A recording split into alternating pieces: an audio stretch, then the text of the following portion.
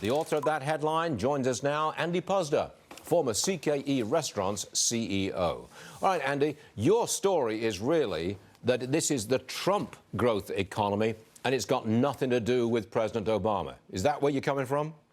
Absolutely. I mean, as you noted, if you compare the end of the Obama presidency with the beginning of the Trump presidency, the number of people working is up about 36%. The number of people working full-time is up about 47%. Weekly earnings are up about 40%. And if you look since the tax cuts, they're up about 76%. That alone would be enough for an op-ed. But the number that really blew me away and caused me to write this article was job openings. Under the last 21 months with President Obama, there were about 857 job openings added per month. Under President Trump, 75,000 a month. I mean, this is not the Obama economy. It's ridiculous for him to try and claim credit. This is a sea change, an economic sea change, based on what you and I have been talking about for years: smaller government, lower taxes, reduced regulation, and domestic energy.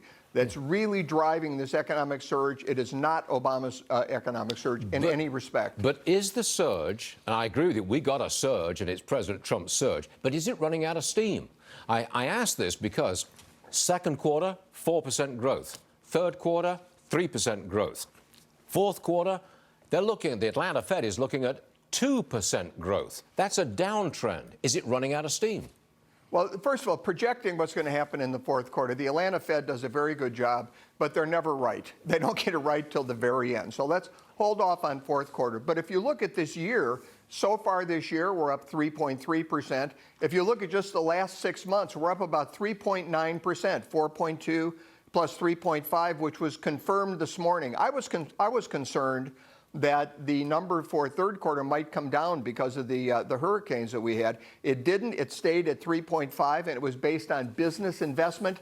They expanded inventory. They invested in plants and equipment. That's what liberals have been saying has been missing. Well, that's what held it at 3.5 in third quarter. So I think we're seeing very, very solid growth. And again, fourth quarter, we're just going to have to wait and see what it is.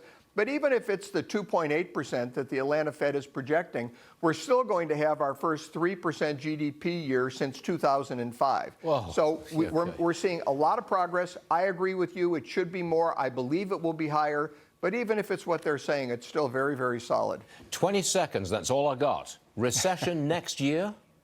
No, there's no recession next year. And you know, there's some people that are claiming that there was some sugar high from these tax cuts. They're exactly the same people that were claiming that the tax cuts were Armageddon and a punch to the belly of the middle class. You know, these people have no shame. They can either claim these tax cuts are going to kill the economy. When they don't, they claim it's only temporary and it's a sugar high. We're going to be fine next year. Go get them, Andy. Andy Puzder, everyone. Thank you for joining us, sir. Appreciate it. Thank you. My pleasure. Now, we have been covering the